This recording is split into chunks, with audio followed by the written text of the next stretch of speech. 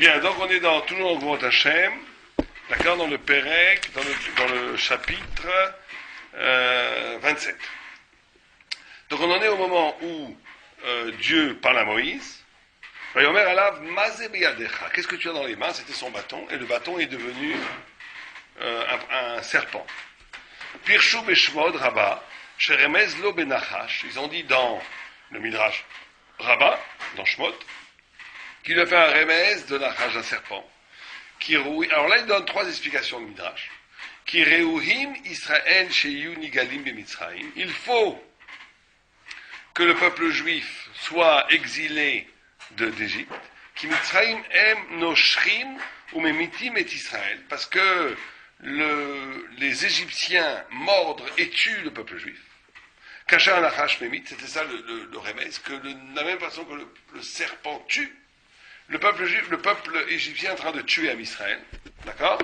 Et Kasher anachash memit vezé ou anachash. Première explication. Il faut sortir donc le peuple juif parce que le peuple juif est en train d'être tué en Égypte. Veod, qui a mitzrim, tmeim. Les mitzrim sont tamés, sont impurs. Ou metamim et Israël be metzora. Chez métamé, et ils rendent impur. Vous pouvez prendre le téléphone et ils rendent impur Israël par la lèpre. Les Israël Gdoshim Betorim, les Israël ils sont Kadosh et purs. Mais En Raoui Laniach et Slam, donc on ne peut pas laisser le pur chez l'impur. Qui Tame Betaor, En Amrouim Biachat Klal. Ou Mizat Sad Raoui Shetia Geoula Ze, Ot Ashnia. Donc il me dit que la première Ot, c'est la mort, c'est le nachash. La deuxième hôte, on va voir laquelle c'est le fait que l'impur ne peut pas rester avec le pur. La charze hôte, mais la carte mimé à or, le sang qui est devenu de l'eau qui est devenue du sang. Mais shafarta yevesha veyedam, à otazé, chez Amitzrim, Reouya, Lehanish, Alacher, Asera, l'Israël. Ou mipteka, Raouya, Shetiye, Otsaa, Kedesh, Yikabel, Amitzrim, Bonshim. Donc il y a trois raisons pourquoi libérer Israël. La première, il faut sauver Israël. Une raison, on va dire, de Pikuar Nefesh. La deuxième, c'est parce que le pur ne peut pas rester avec l'impur. La troisième, c'est parce qu'il faut punir les Mitzrim pour les péchés qu'ils ont faits. Donc on peut presque en apprendre une sorte de triptyque de trois éléments fondamentaux qui justifient une Géoula à chaque fois, une libération, un messianisme, une Géoula, comment on dit Géoula en français, j'ai oublié déjà, une libération, mais il y a un autre mot universel, une rédemption universelle, je ne sais pas comment on dirait. D'accord? Un, c'est l'exigence, l'arrêt du malheur. L'arrêt du malheur. Il y a la méta ici, il parle de la métaphysique. Les deux. C'est-à-dire que ce qui va justifier l'après, un des facteurs fondamentaux du visage messianique, de la venue du Messie, de la venue de Moshe Rabbeinu, de la libération du peuple juif, c'est l'insupportabilité du malheur. Le fait que le malheur ne peut pas rester. C'est une des choses que nous, on doit comprendre, bien entendu, ça doit apprendre pour nous, une des choses qui doit nous pousser à espérer le Messie, à espérer la délivrance, c'est de considérer que ne pas pactiser et faire accepter l'injustice, le malheur, la mort, comme quelque chose d'inévitable et que ça sera toujours là, que c'est comme ça. Et c'est la vie, qu'est-ce qu'on peut rien y faire. Le mal se doit d'arrêter. Il est insupportable en soi. Il ne peut pas continuer comme ça. C'est la première chose. Et c'est un premier élément que le Midrash nous donne. Le deuxième élément, c'est un élément plus au sens conceptuel, c'est qu'il y a une sorte de mélange. Tant qu'on est en exil, il y a un mélange impur entre le pur et l'impur. Le bien et le mal devient le bien, le tzaddik est à côté du rachat, les gens des âmes extraordinaires vont se faire kidnapper par des affreux jojo, etc., etc. Il y a tout de mariage mixte. Il y a toutes sortes de trucs qui font que le pur et l'impur se mélangent. Ça aussi c'est impossible, il va falloir faire le risque donc pour Israël de devenir un lui-même tamé. Donc il y a une ligne de Borer. Borer, ça on voit tout ça dans les livres de Kabbalah, le Gaon en parle énormément, et alors après le risque aussi, de Brirout. Il faut faire un Borer, il faut séparer. Il faut séparer le pur de l'impur. C'est une des raisons, c'est un des moteurs fondamentaux du messianisme. La séparation du bien et du mal, la séparation du pur et de l'impur. On pourrait voir que le premier, c'est une libération physique, on va dire. Ouais. Et le deuxième, c'est le spirituel. Tout à fait. Le deuxième, c'est un Tout à fait. sauvegarde spirituelle. Troisième élément de justice. Il y a un moment donné, il faut que tout rende justice. Il faut punir ceux qui ont fait la faute. Il y a un moment de justice universelle qui doit s'annoncer. Et ça, il lit ces trois éléments-là aux trois hôtes. Première hôte, c'est le serpent. Deuxième hôte, c'est la lèpre, la Metzora, qui est devenue Shelek, il est devenu. Et troisième, le sang. On voit en quoi c'est lié. C'est que la première, on comprend, le Nachash amène la mort. La Metzora, qui est la lèpre, c'est la notion de pureté ou d'impureté. Et le sang, c'est la notion de punition. La notion de tuer, c'est le punition. Donc ces trois hôtes sont exactement la manifestation de trois exigences qui vont commander chaque fois à l'impératif de libération, à l'obligation de libération. D'accord? C'est clair? C'est clair, très clair. Très bien. Oh. C'est ce qu'on a dit. Tout ça, on l'a dit, très bien. On l'a vu tout ça. Oh, après, il change. C'est tout à fait remarquable, après. car יש לפרש עניין ג' האותיות, שמצד אלו שלושה דברים ראוי ההוצאה. מצד המצרים, אם ינוח ישראל ברשותם ימותו אותם כמו הנחש עממית. Donc ça c'est simple, ce qu'on vient de dire. Le serpent il tue, c'est la première, donc c'est la raison qu'on ne peut pas laisser le peuple juif dans l'Égypte car il va mourir. D'accord? O mitzad she'ech idabek ta'or ve'tameh. יחד, לפי כך ראוי הפריש, אבל ספרי. או מצד השם יתברך, שהוא רוצה לקיים השבועה, tout à coup il change. Le troisième, au lieu d'être l'exigence de justice, c'est que Dieu a promis au patriarche, à Abraham, Yitzhak et Jacob, à Abraham notamment, qui sortira ses enfants d'Égypte. Tout d'un coup, les deux premiers, il les garde, tout d'un coup il a changé. Et comme si c'était la même chose. Donc c'est quoi ça? Donc on voit ici que, en d'autres termes, la notion de justice, elle est fondamentalement liée à la notion de promesse. Comment vous comprenez ça?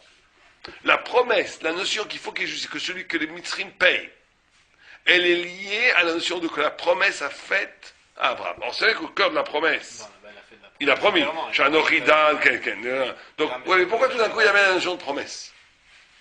Pourquoi la notion de promesse ici devient tout d'un coup importante, comme si la notion de promesse et la notion de justice étaient liées? Pourquoi au cœur même de la promesse, il y a cette notion de qu'est-ce qui s'en fiche Abraham? Si on te promet, toi, que dans 400 ans, on va juger un peuple que tu connais même pas encore, un peuple égyptien que tu connais à peine, en quoi c'est important?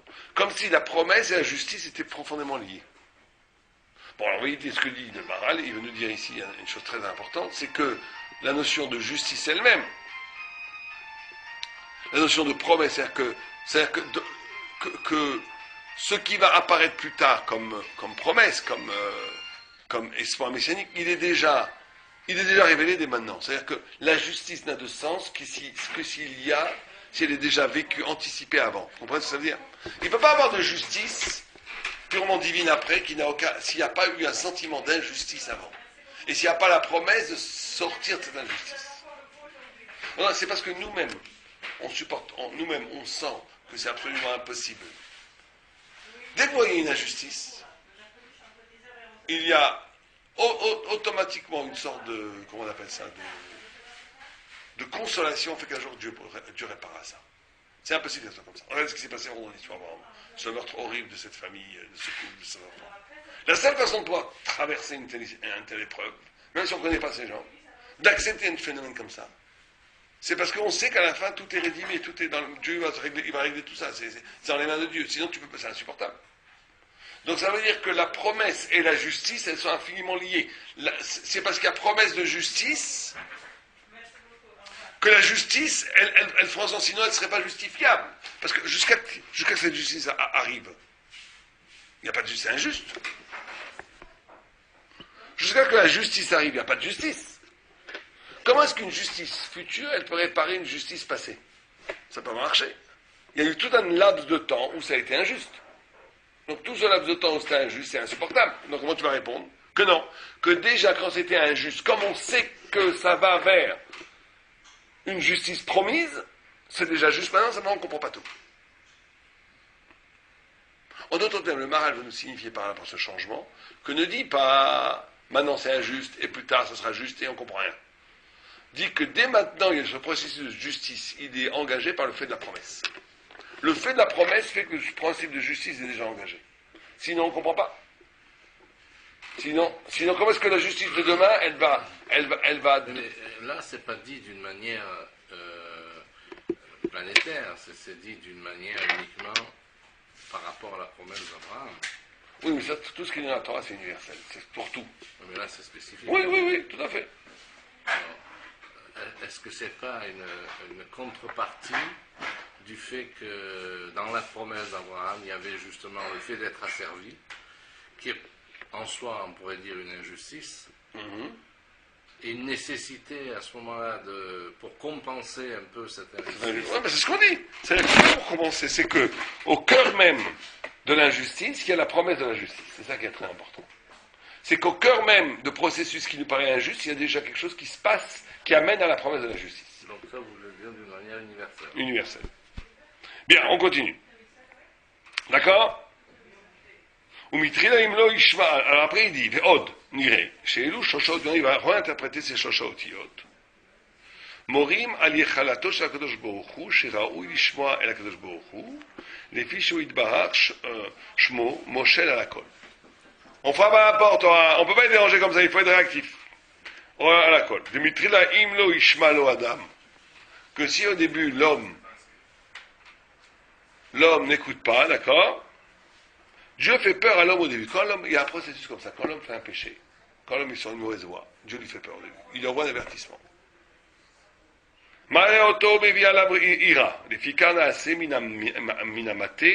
Au début du maté, on fait un nachash. Ve'anas Moshe mifanav, et Moshe il a eu peur. Ve'zeu mipnei ha'ira. Et ça c'est la première chose, c'est la ira. Ve'imlo ishma mevi amaka, ve'ze she'ivi al yade tsaras. Donc après on a un vrai coup dans la chair. Qui est quoi? La lèpre, ou la peste. Ve'acharka iyu amaim asher tikach min hayor, ve'yu les dames, et après ça devient du sang. Moré à la dame mamash, she'u hariga. Imlo ishma. Donc il dit un principe universel, encore une fois, que celui qui, Dieu, quand quelqu'un est dans la faute, Dieu le prévient en lui faisant peur d'abord. Une frayeur. C'est pour ça que j'avais un arabe qui disait que quand quelqu'un il manque d'avoir un accident, ou il manque d'avoir quelque chose de grave, il faut tout de suite se dire quelque chose qui va faire tchouva. C'est le premier des trois, après si la personne ne réagit pas, il arrive vraiment quelque chose, et après Dieu préserve. C'est comme ça que ça marche. Dieu, il envoie un signal qui fait peur. Après, au deuxième tour, si la personne ne réagit pas, on ne le tue pas, mais on le fera dans la chair, et après, si ça va, le allez-nous, ça va jusqu'à la fin. Mais quel aseim à Mitzrim, la même chose à faire avec les Mitzrim. Des Mitrila et Amareotam, les Karas, Amoshe, les Fanafaro, Ot, Amateshena, c'est Tanin, c'est devenu un crocodile, Kedeliram, Vela Abalam, pour les effrayer, Shayu Iram, Vilishivu, et qu'ils fassent Shuba, Varaka, Itrila, Vialeem, Makot, Venze, Efset Gamour, toutes les Makot. Pour qu'ils fassent Shuba. Donc voilà, les trois processus, ça a été les démonstrations qu'a fait Moshe pour leur faire peur, les makot, c'est des coups, et la tvia dans la mer, c'est le tsunami égyptien, les gamris, ils ont été tués parce qu'ils n'ont pas voulu faire tchouva. C'est pour ça qu'il a fait devant Paro que la première hôte du maté. Tous les autres hôtes, il n'a pas fait devant eux. Parce que les autres mototes, c'était plus pour leur faire peur. Pour leur faire peur, c'était ce qu'il a fait devant eux, avec le bâton. Mais après, c'était vraiment pour les frapper. Pour les frapper, t'as pas besoin d'aller devant. D'accord? Chez Kola, Kaot, Boto, Hot, Kedeshi, Du, Kochosha, Kadoshbohu, Viu, Irami, Pana, les Fika, Asa, Hot, Bemate, Vene, Farle, Nachash, Shakol, Irami, Nachash, Shuechan, Mi, Briota, Ve'echlo, Irami, Nayotse, Akol. Ok, si t'as première, ils ont fait d'abord peur du serpent. Si t'es un peu intelligent, tu dis, ce serpent, il vient de qui? Il vient de Dieu. Donc, si déjà tu as peur d'une des créatures de Dieu, que le Chomer, tu auras peur de Dieu. Veshar otiot lo asa befanav. Ki lo veshar otot lo asa befanav. Ki lo haya kavana beot hanachash רק כדי לירם, כמו שעשה עוד זה לפני ישראל לאורם, שראו להיות מתיירם לפני הקדוש ברוך הוא, כך עשה זה אות עצמו לפני פרעה שירם, אבל על שאר בית האותות, סליחה, שעשה לפני ישראל, להורות שיבוא מכות. לא צריך לעשות לפני פרעה, והביא המכות בעצמם על המצרים. Ça, c'est pas shoot. C'est juste pour les Bnei Israël. Ces deux autres totes, Exactement. c'est pour prévenir Bnei Israël du processus. Et pour les frapper aussi, comme il avait dit au début. D'accord, ça, c'est pas shoot. Il dit qu'il y a toujours trois choses. C'est-à-dire les deuxièmes hôtes, c'est-à-dire le deuxième et le troisième hôte, qui est la Tzarat et le C'était que pour Am Israël. En fait, c'est pour Am Israël, pour les prévenir de ce qui va se passer. Tout à fait. La première hôte, c'est pour faire peur aux Égyptiens. Les deux autres, c'est pour faire prévenir Am Israël de la libération. Toutes les makotes, après, c'est pour frapper les Égyptiens pour qu'ils fassent Tchouva. Après avoir voulu faire Tchouva, ils ont été noyés. Ça, c'est clair. ועוד אמרו בשמות, ולמה עשה הקדוש ברוך הוא גיבל אותות נגד אברהם, יצחק ויעקב. טוב, פתאום, on passe du négatif au positif. Ces trois autos, qui sont des coups quand même, enfin des menaces ou des coups, c'est par rapport à Abraham, Yitzhak et Yaakov. Venire qui elu gimel otot. Ara lehem midat ahavot. Parce que dans ces trois premières makot, enfin dans trois premières signes, dont la première maka qui est dame, on voit les midot, la dimension des avot. Pourquoi? Il explique. Ki anachash ish lo koach esh, cham, soref, ve'eres, ve'in nimsha beminat Yitzhak, sheminat ha'esh. Donc la première, c'est Yitzhak, c'est bizarre. Pourquoi on n'a pas commencé par Abraham? Bon. Ve'atzarat kesheleg. Tzarat, c'est comme de la neige, et comme c'est de la neige, c'est de l'eau. דבר זה נשמשה ממידת אברהם, שמידתו המים, והשלג הוא המים, ומידתו מכת הצעת. ולכת סבר עקיבא בן c'est pour ça que עקיביה בן מהוללל, hein? עקביה on dit, עקביה בן מהוללל, c'est comme ça? Hein? מהוללל, הוא dit que les marottes נגעים 72, 72, כמספר חסד. שמשם מכות הנגעים נמשכים, וזה מידת אברהם. Donc tout ça c'est très bizarre. Il dit que toutes les מכות de lèpre, elles viennent du chesed. Ça c'est blanc. Parce que c'est blanc, parce que c'est comme l'eau, mais carrément avec le chesed. Il en arrive même à dire qu'il y en a 72. Comme la gamatria de chesed. ואדם הוא טבע ממוצע. ואדם הוא טבע ממוצע, שיש בו חמימות, Esh, vexat la chutamaim. C'est chaud, le sang est chaud, mais il est liquide comme l'eau, donc il est de son de Yaakov. Qui ben mezek ledam, vezeu neged midat Yaakov, asher midato memutze ben esh, vemaim, vekolel shneem, veod ki adam, ou ikara adam atzmo. C'est l'essence, shofer adam adam be'adam, veu midat Yaakov, chez lui, qu'il ikara adam. ודבר אלו ידועים למשכילים ואין ספק בהם. Donc là, il faut comprendre plusieurs choses. Il faut comprendre, trois choses. Il faut comprendre la dernière chose. L'homme total n'est l'homme total que quand il oppose les contraires. Quand il relie les contraires. Pourquoi est-ce que c'est important de relier les contraires pour devenir Yaakov? Adam, le dam, a cette force d'avoir le chesed liquide et le feu, la chaleur du feu. Et c'est à ce moment-là que tu deviens Adam, dam, Adam, l'homme total comme Yaakov. Ika Adam. Parce que tant que tu n'es pas dans les contraires, tu n'échappes pas aux règles du biologique, du déterministe. C'est-à-dire, si tu fais les choses que d'un côté, ça montre que tu es poussé par une force. Si tu fais les choses de l'autre côté, tu es poussé par une autre force. Quand tu fais quelque chose qui est la combinaison des deux, tu opposes des contraires, ça veut dire que tu n'es plus poussé par une force. Tu as un choix de composition de toi-même. Donc tu n'es plus lié à l'ordre, au diktat du biologique, de l'origine, de la généalogie, de l'espèce. Tu romps avec la loi de l'espèce. Et un homme est celui qui est capable de rompre avec des forces qui le façonnent.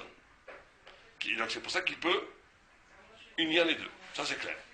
Maintenant, deuxième chose qu'il faut comprendre, c'est pourquoi est-ce qu'on commence par Yitzhak. Que je vous dis, pourquoi on commence par Yitzhak? Si c'est Abraham, Yitzhak, Yaakov, normalement ça obéit toujours cette trilogie. À Abraham d'abord, Yitzhak après. Donc pourquoi est-ce qu'on commence par le Esh?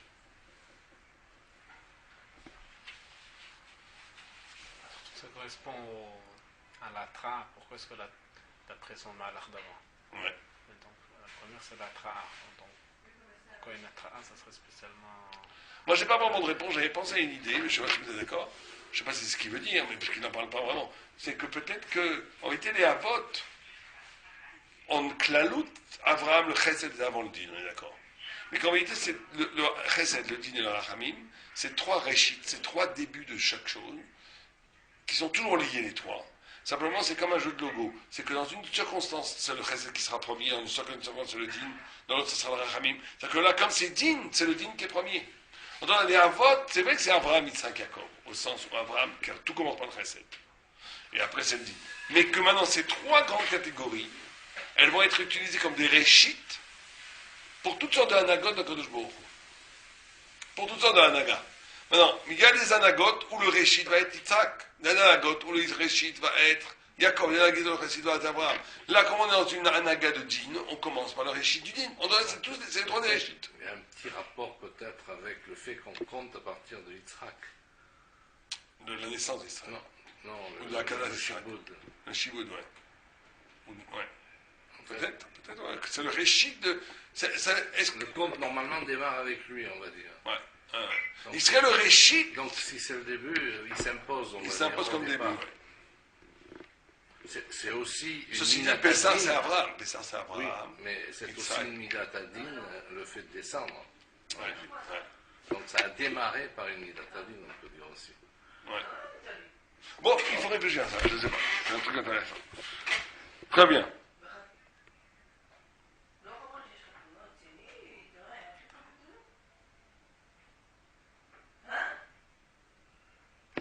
D'accord? C'est clair? ולפי זה היו האותות באש ובמים שהם הפוכים ודם ממוצע באש ובמים. אוקיי, ויש לך עוד לדעת כי 3 אותות אלו כל אות יותר חזק מן האחד.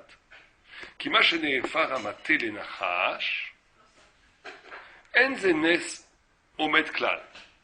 Quand le maté est devenu un nachash, d'accord? C'est pas un miracle qui reste. C'est un miracle éphémère. J'arrête sofo l'arzor liot keberishona. Parce que le maté, depuis le début, était programmé pour redevenir un maté. Ve'elu aya maté nachash le gamre. Nimsa maté elokim nafse le gamre. Et si on avait fait, si le miracle avait généré que le serpent aurait été un vrai serpent et que le maté aurait disparu, complètement, il aurait fallu créer un nouveau maté, et on ne veut pas créer un nouveau maté, parce que c'est comme c'est le maté Elohim, Dieu lui a dit, c'est avec ce maté que tu feras des miracles, donc c'est-à-dire que le maté ne peut pas perdre son essence. Donc en vérité, le nachash n'est qu'une illusion, à un moment donné, où il n'a pas de kiyum, on va dire. Parce que s'il avait un kiyum absolu, il détruirait le kiyum qui l'a précédé, qui est le maté. Mais c'est pas possible. Et la mitri la kachane faramate le nachash lo haya raoui litkayem. Depuis le début, quand le miracle a eu lieu, c'était un nachash qui était programmé pour ne pas rester un nachash. Ve'av b'shah shaya nachash en shem nachash gamur alav. Même quand il était serpent, c'était pas un vrai serpent. Il n'est pas un shem gamur alav. אבל הנס, ומה שנהפך היה להיות מצורס ברגע אחד, même si quand la main est devenue après lépreuse, Afalgav shechazra ayad kirishona, même si la main est revenue comme kirishona. Mikom akom be'et shaita metzorat, aita metzorat gmura. Puisque ça existe des plaies, des lèpres qui redeviennent guérissent, qui se guérissent. Mais au moment où il y avait la lèpre, c'était une lèpre totale. Qui derrière atzarat darko lavo ve darko lalechet ou be'od atzarat sham ou tzarat gamur. Donc il y a une plus grande mitziout, une plus grande réalité du deuxième miracle que du premier, puisque le premier, le serpent qui t'apparaît, même quand il était incarné en serpent, le maté, comme on ne voulait pas détruire complètement le maté dans sa dimension de maté Elohim. Donc il n'était pas vraiment un Shem serpent, puisqu'il était programmé en essence pour redevenir un maté. Ce qui n'est pas le cas du Metzorat, parce que le Metzorat, au cours d'un temps, c'est vrai que le Metzorat va être guéri. Mais au moment où c'est un Metzorat total. D'accord? Oh, אבל מכל מקום, אף על גב שהייתה היד מצורת לגמרי. מכל מקום, אין זה שינוי גמור. שהרי דרך הצרת להיות נכפה. C'est pas un changement complet. Pourquoi? Parce que c'est naturel qu'une lèpre se guérisse. וכל נס שאינו שינוי גמור, tant qu'un nest n'est pas un שינוי גמור, un changement total, מיניינו הראשון par rapport à ce qui était avant, אינו חזק כל כך. אבל היות, דוד, שקט. Avaleyot amaim dam, aya shinui gamour. Par contre, quand l'eau est devenue sang, ça a été un shinui gamour. Shenisharu amaim dam, velo chazru amaim kirishona. Bon, ça, je sais pas pourquoi il dit ça, parce qu'en réalité, après 7 jours, elle est revenue de l'eau, non? Non, il parle du hôte du Maïm. Il a versé le hôte de... Devant Paro. Non, devant Am Israël. Israël, il a versé, et celle-là, elle est restée de... Donc il ne parle pas de la première Mac, en réalité. Il ne parle pas de la première Mac. Oh, ma reine, Baruch Haba. Baruch Haba. Ah, d'accord. Lefika, Elu Shlosha Otot, Kol Echad Ve'echad Nosaf Al Harishon. Donc chacun avait un miracle plus haut. Car plus un miracle est définitif, plus il est miraculeux. Le premier miracle, quand le maté est devenu serpent, ce n'était pas vraiment un vrai changement. Deuxième miracle, c'est un changement, mais qui était promu à la guérison. Troisième miracle, finitos, c'est Léolam Baet. Ok, l'efika elu shlosha otot, kol echad ve'echad nosaf al harishon. L'efika ktiv, im lo yaminu lekol haot harishon, yaminu lekol haot hacharon. ולמה אמרו אל אות האחרון יותר מן הראשון, וכן שלישי יותר מן השני, אלא מטעם מה שאמרנו כי כל אות נוסף כמו שהתבהר. וגם לפירוש אשר נתבהר למעלה, כי המטה אשר היה לנחש ומאש שנעשה נחש שרף, וזו לחלק אחד בלבד, שהיה בזה אם לא יאמינו, שיאמרו שלא נעשה הנז רק באש, שהוא בחלק אחד מן הנהפכים. יאמינו לנס הצרת, שבא מכוח מידת המים, שהוא בהפר השני, והרי יש שינוי נמשך משניהם. והיה אם לא האמינו לשניהם, בעבור שאין כאן אות שהוא ממוצע בין שניהם, לכך היו המים דם ויבשה, שזה ממוצע בין המים לאש, כי הדם חם ולח, כן? חם במוזג האש, לח במזג המים, ובשביל זה היו האותות בשני הפוכים, בכל ואחד ואחד, והמצורע בין שניהם, היו האותיות בכל ולכן ראוי להאמין. Ok, oui, il explique comme ça. Qu'en réalité, le miracle est de plus en plus fort, pour deux raisons. Ou bien pour la première raison, parce que les changements sont plus définitifs, plus remarquablement définitifs. Et plus un miracle change le réel, plus il est miraculeux. Plus le miracle est une configuration du réel, comme une illusion, moins il est miraculeux. Le miracle comme révélation de la divinité est proportionnel à sa faculté de changer le réel, de changer fondamentalement le réel. Si le réel se change, mais que accessoirement, que momentanément, parce qu'il n'y a pas vraiment de changement, c'est presque une illusion, on va dire. C'est aussi un miracle, mais c'est un miracle beaucoup moins fort. Donc ça, c'est la première hiérarchie qui fait la puissance des miracles. Un miracle est puissant proportionnellement à sa capacité de changer l'être.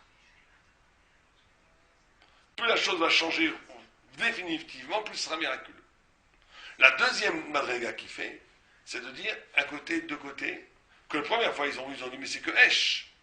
Donc il n'y a pas ici une totalité. C'est un miracle qui n'a été qu'à faire partir le feu. Qui dit que ce miracle va être que cette puissance divine qui peut contrôler le feu comme le Nachash va pouvoir nous libérer d'Égypte. Quand ils ont vu que Dieu pouvait faire aussi le contraire, que Moïse pouvait faire le contraire à partir du Shalek, qui était l'eau, ils ont dit, ah, c'est encore un plus grand miracle. On voit qu'il peut passer d'un extrême à l'autre. Mais ils n'étaient pas encore forcément... Ils auraient pu ne pas avoir vraiment la Emouna. Pourquoi? Parce qu'il veut dire, mais il n'est capable que de faire une chose à la fois. Mais quand il a été faire le sang, qu'il a montré qu'il contrôlait sur le chaud et le froid en même temps, parce qu'il est capable d'unir des contraires, là ils ont une Emouna, parce qu'ils ont vu que ça venait de l'origine. Celui qui n'obéit pas aux règles des extrêmes, c'est celui qui est à l'origine de toutes les extrêmes. Ça veut dire Dieu. Donc ils ont vu qu'il était en contact Moshe avec celui qui était à l'origine même de toutes les données, et donc qui pouvait les libérer d'Égypte. D'accord? Oh. Alors il va analyser tout le passage où la main est à l'intérieur, il sort la main, elle devient lépreuse, rentre la main, elle est guérie, il ressort la main, elle redevient lépreuse, etc. ומה שאמר כאשר נעשית יד מצורעת והוציאנה והנה במצורעת כשלג. Il a rentré la main, il a sorti, elle est devenue comme de la lèpre, comme de la neige, lépreuse. וכאשר חזרה להתחפות, נאמר והוציא מחיקו. Et quand il lui a dit, je vais te la guérir, il dit, sors là de ton cheko. Comment tu dirais cheko? De ton, comment on dit ça? Poitrine. ta poitrine, de ta hanche, non, de ton aisselle, non, c'est pas aisselle.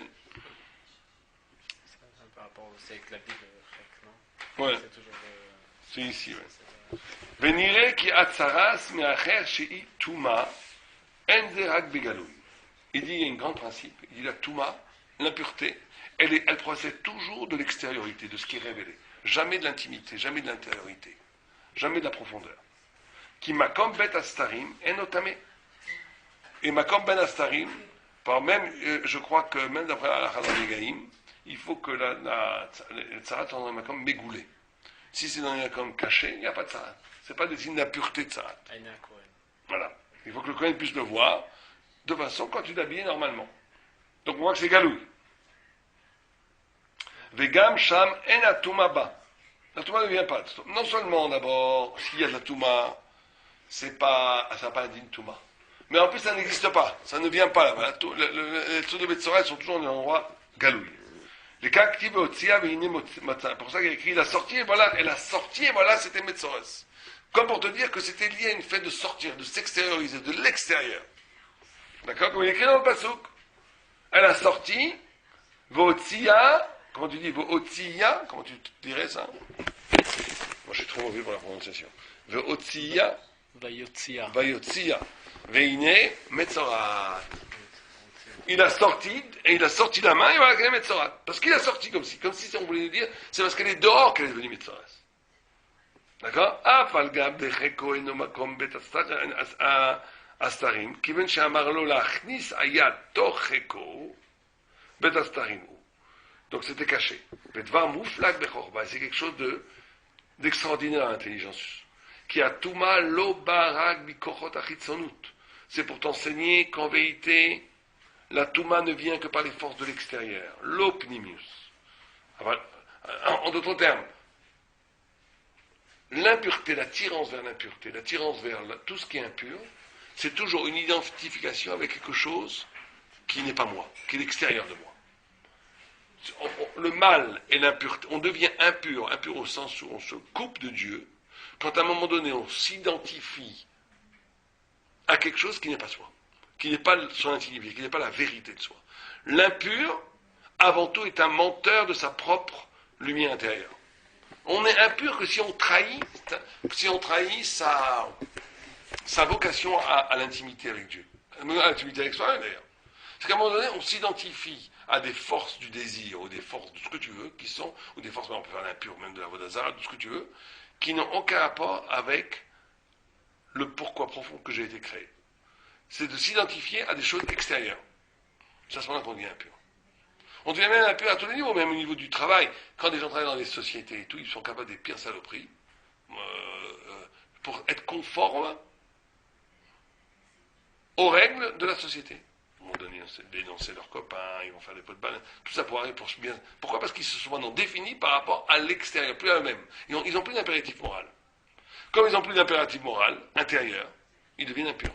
Parce qu'ils sont qu'à l'extérieur. Il y a un très beau Rambam qui dit que l'homme ne devient homme qui s'y fait chesed, mishpat, vetzedaka. Chesed, c'est quoi? Être capable de générosité. On comprend. Mishpat, c'est quoi? C'est être yachar, être droit. L'argent que tu as, qui n'est pas à toi, tu le rends, tu ne le gardes pas. Mishpat. Quand tu as le mishpat, on est posé que je dois te rendre ça, c'est que j'ai ce qui est à moi, ce qui est à toi et chez moi, donc je dois te le rendre. Donc ça, c'est la justice. Mishpat. C'est quoi le tzedaka? C'est quoi le tzedaka alors? C'est où bien la tzedaka? Tu vas dire que c'est chesed, c'est la générosité. On s'est déjà dit en chesed. C'est dans le pirouche de l'Haftarah. Il y a écrit chesed, mishpat, il y a écrit chesed, mishpat ou tzedaka. Alors c'est quoi la tzedaka? Chesed, qu'est-ce que vous avez dit? Chesed, c'est la générosité. C'était justement de faire la générosité en sentant que c'est du alors comment ça marche? C'est comme Jacob, il mélange les deux. Ouais, mais comment ça marche? De sentir que, c'est-à-dire que Beikaron, c'est vrai que on peut ressentir quand un acte de générosité, mais c'est pour ça que cet argent est chez moi, par exemple. En fait, je rends au Anis qui est à lui. C'est juste un picadon. Je pense qu'il n'y a pas de générosité là. C'est tzedaka, il n'y a pas de générosité. c'est une forme de justice aussi. Alors c'est Mishpat alors. Mais non, mais c'est pas du Mishpat. Non, vous avez raison, vous savez ce que dit Rabat. Il dit que si vous donnez un tzedaka en tant que chrétien, vous n'êtes pas yotzé. Vous n'êtes pas yotzé. Quelqu'un qui donnerait parce qu'il vrai. Mais alors c'est Mishpat. Alors vous avez d'autres problèmes, c'est Mishpat alors. Non, non plus. Alors c'est quoi là? Ouais, ça sera la différence. C'est un équilibre du monde, on va dire. Non, pas de logique. Il dit une chose extraordinaire. Il dit le chesed, c'est quelque chose que je ne suis pas obligé de faire. Quand je le fais, parce que moi j'ai la vérité. Le mishpat, je suis obligé pourquoi? À cause de toi. Toi, j'ai mon argent chez toi, je dois te le rendre. La tzedaka, je suis obligé à cause de quoi? À cause de moi. C'est mitidi mahmat ma'alat anefesh. C'est un peu comme vous avez dit. Que je suis obligé. Mais qui m'oblige? Pas toi, pas rien. Et pas à titre de générosité. Voilà, et pas à titre de générosité. Et pas non plus à titre de justice parce que l'autre m'oblige. C'est moi qui m'oblige. C'est comme ça qu'il explique aussi que dans un safek tzedaka, il faut que tu donnes un tzedaka. Alors que dans un safek maman, tu n'as pas donné la maman. Si j'ai un safek, je vous donne de l'argent. Je ne vais pas vous rendre. Si j'ai un safek, si je vous donne l'argent, c'est vous qui donnez rien, j'en sais rien, peut-être bien que non, et c'est à moi. Je ne suis pas obligé de vous le rendre. Même Midat Chassidut, il n'y a pas. Je peux même marier une femme avec cet argent d'après le Birkat Shmuel. Pourquoi? Parce que toute la question ici, de savoir ici par rapport à vous. Vous n'avez pas de raya, je ne suis pas raya. Mais si le chiyuv n'est pas, si j'ai un safek, si j'ai de la tzedaka, que j'avais promise, je suis obligé de la donner. Pourquoi? Parce que c'est une chiyuv mitzanatzmi. Mitzanatzmi, il n'y a pas ici à motiver raya. On parle que de moi ici. Donc ça veut dire que c'est une malat à nefesh, c'est la hauteur de l'âme qui m'oblige à faire les choses. Il y a une obligation qui vient de mon sentiment, de mon impératif éthique qui est à l'intérieur de moi. C'est un peu dans le sens de ce qu'il explique dans les Shem des Prakim, dans l'Agdama.